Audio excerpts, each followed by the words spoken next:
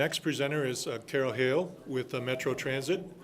We have had the opportunity to think about winter cities broadly at the large scale and talk about big projects. I think it probably is worth saying that those of us who are familiar with our transit corridors in the Twin Cities and the stations that we have recognize that you're not going to put one of these facilities at every transit station.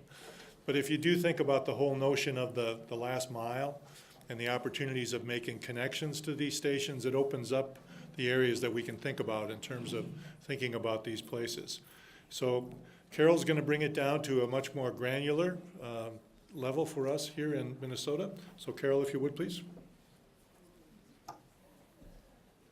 Thank you very much, John. Thanks everybody for coming. Like John mentioned, I'll talk a little bit about transit service and facility considerations during the wintertime. I'm wanting also, though, to make sure that I am talking about things that, pertain to everyone. So there's a group of people, I'm sure, here that live or work in not downtown Minneapolis and downtown St. Paul. Is that correct? Great. So basically, I'll give you an overview of, like I said, transit service and facility considerations, and how public and private folks can work together really to have the best results for our communities, the people that live in them, the people that work in them, and just the folks that visit. So in general, who enjoys commuting in the wintertime, especially if this is what you are facing? Generally, if you're choosing to drive to work or to school or wherever, to run your errands, you're facing a lot more challenges than you would in the summertime, which is not a surprise. But spending increased amount of time getting ready to go, so warming up your car, scraping off the ice that forms over your windshield, facing slick road conditions. If there's a snow event, you know that it's going to take you forever to get home. So that can have not only negative impacts for the environment, so leading to more air pollution, idling cars, things like that, but also just to your mental health. Again, the added stress, less time spent outside, less vitamin D, everything like that. Not to say that folks that are using transit don't face some of the same considerations, but I think it's compounded a bit when you're facing a freeway that's snowy and crashes everywhere and triple your commute time.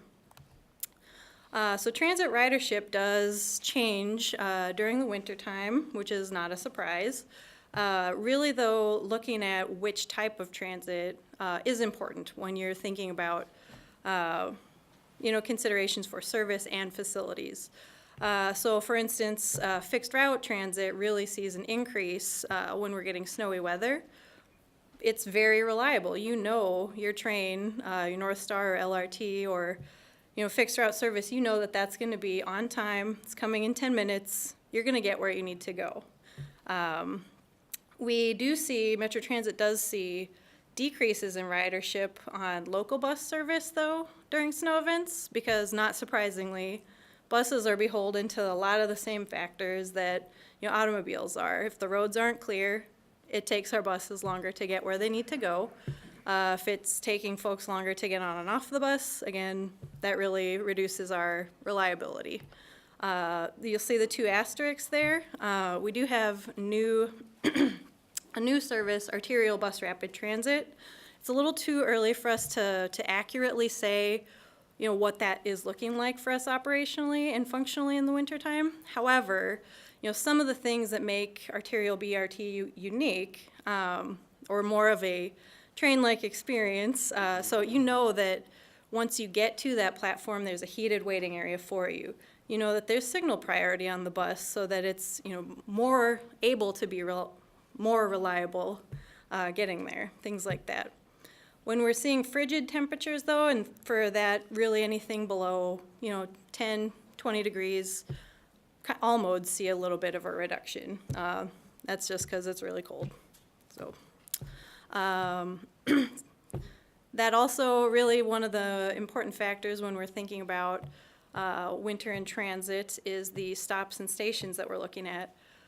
So there's a very wide variety across a 7-county metro. Again, if you're arriving to an LRT station platform, those are maintained very frequently. They have much, very high ridership. They're also located more, centrally so that it's easier for us to get to in a timely manner to maintain them. As there are bus shelters placed, Metro Transit's committed to removing the snow in and around the bus shelter. So people, once you get to that sheltered space, you're able to wait, again, out of a snowbank. There's a lot of instances, though, where you will see, the windrow that will happen. Cities do a great job of, plowing the roads and the sidewalks in a quick, timely manner as they can. But a lot of times what you're facing or what, a unique opportunity to solve will be, again, these windrows that make it a little more difficult to get on and off a bus. And park and rides are a little, again, another little unique piece. A great thing is they're keeping, again, more and more cars off of the freeway so that plows can do their jobs, less crashes, less congestion, things like that. It's also, though, if you're getting to a park and ride and taking your bus to where you need to go, again, you don't have to worry about whether the road is icy, things like that. It's the bus is going to get you where you need to go. They can also provide a sense of community. One of my colleagues has a really great story of she arrives to her park and ride every day, commutes into our office over here, and the group of people, they've gotten to know one another. They don't live next to each other by any means, but they've all become friends. They have their little, bus buddy group that sits in the back, and it's great. Transit creates opportunities, though, really kind of everywhere. Transit stops and stations really are activity hubs that do provide opportunity for either, shared use facilities. If you want to do community outreach, these spaces will be active because, again, people need to move around for their daily life.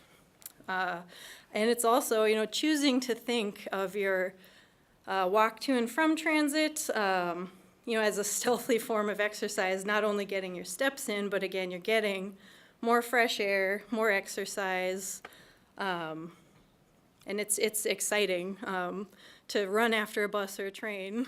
And then when you catch it, there's, hardly more of an exhilarating feeling to me when you catch it. Conversely, there's hardly a more devastating feeling when you just miss it. So, yeah. So actually, I'll back up. So their transit does create opportunities. There's also some challenges. Again, waiting facilities do take up valuable real estate in the public right-of-way. As we're looking at some considerations or concerns about snow removal, access to and from transit, really clear space and space for people to queue, people to walk through who maybe aren't getting on or off a bus or a train at that stop. That's very important. And so that opens up an opportunity not only for integrated waiting facilities, so within the footprint of a building or other structure, it also provides opportunities for partnerships. So that's kind of what I'll get into, and we'll go through a few different levels of that. So first off, these are a few examples of some really pared down integrated waiting facilities that are not much more than a nook within a building footprint, an awning. So if you're waiting in there, you are definitely protected from rain coming straight down, and there's some level of wind protection, but really it's not what I would call an incredibly pleasant place to wait or to be. This example, though, it's on Lake Street and Hennepin and Uptown. If you look at the picture on, I guess, your left, it really appears at first glance not much more than a nook, again, within a building footprint with a little circle T that so you know that, some form of transit will stop there at some point. But if you look a little more closely, you'll notice, again, they have a unique bus stop sign within the waiting area. They also have heaters and lights, so it's much more comfortable to wait in that space. And if you look up in the corner by the brick there, they have those little reflective domes so that if you're waiting in there and you're not sure exactly when your bus is coming, you don't have to poke your head out and experience the rain or snow that's happening that you're waiting away from. You just look up on that little round dome and you see it coming. It's a high enough ridership stop where the buses stop there regardless, and it works out really well. One other really great thing is that when there's an integrated facility like this, it removes some of the maintenance burden, I guess I would say, for Metro Transit. So this facility gets cleaned daily or on an as-needed basis because there's a dedicated person that's doing maintenance for that that site. So if something happens, it's cleaned up immediately rather than waiting however many hours till Metro Transit finds out about it and is able to deploy folks. So I think it's really great. Another example would be, this is on the corner of Penn and Broadway. So originally this facility had been designed to, again, be somewhat of a notch in a bricked out area. We were able to work with them, though, to include a lot of elements. So the taller image to the right there, while it may look like an unexciting sidewalk to you, to me it's very exciting because the stop will eventually become a bus rapid transit stop. And so we've been able to plan ahead for the future for that. The area that's the darker colored concrete, that's the length of the platform that we were able to have installed now so that there would be less disruption for customers later, but also for anybody who is living in the building, who is just walking down the sidewalk. It'll also demarcate the area that Metro Transit will remove the snow from in a very timely manner so that, again, boarding will be very easy and service, again, reliability will be what it wants to be. What's not pictured, there are the addition of benches. When there's an integrated facility like this, building owners or designers are able to pick whichever sort of seating they want, so long as it's accessible, for folks. We don't really mind, what you're picking because, again, the day-to-day cleaning and maintenance is oftentimes picked up by the property owner, so that's really helpful for us. So quickly, I think I'm running out of time a little bit, but I want to talk a little bit about the idea of, instead of P3s, everybody knows the public-private partnership, but when we're thinking about that, that's what's creating the opportunity, or a really great opportunity for placemaking. So I had a really great opportunity to work with Ben and Max on this top image. This was living room station. It's definitely not really shown in the winter, but thinking about context-sensitive solutions, so what people want in a specific space, or who is using this space, what is adjacent to it, what makes the most sense to put there. Actually asking people who are using that space, what do you want, what can we provide, what makes it easier.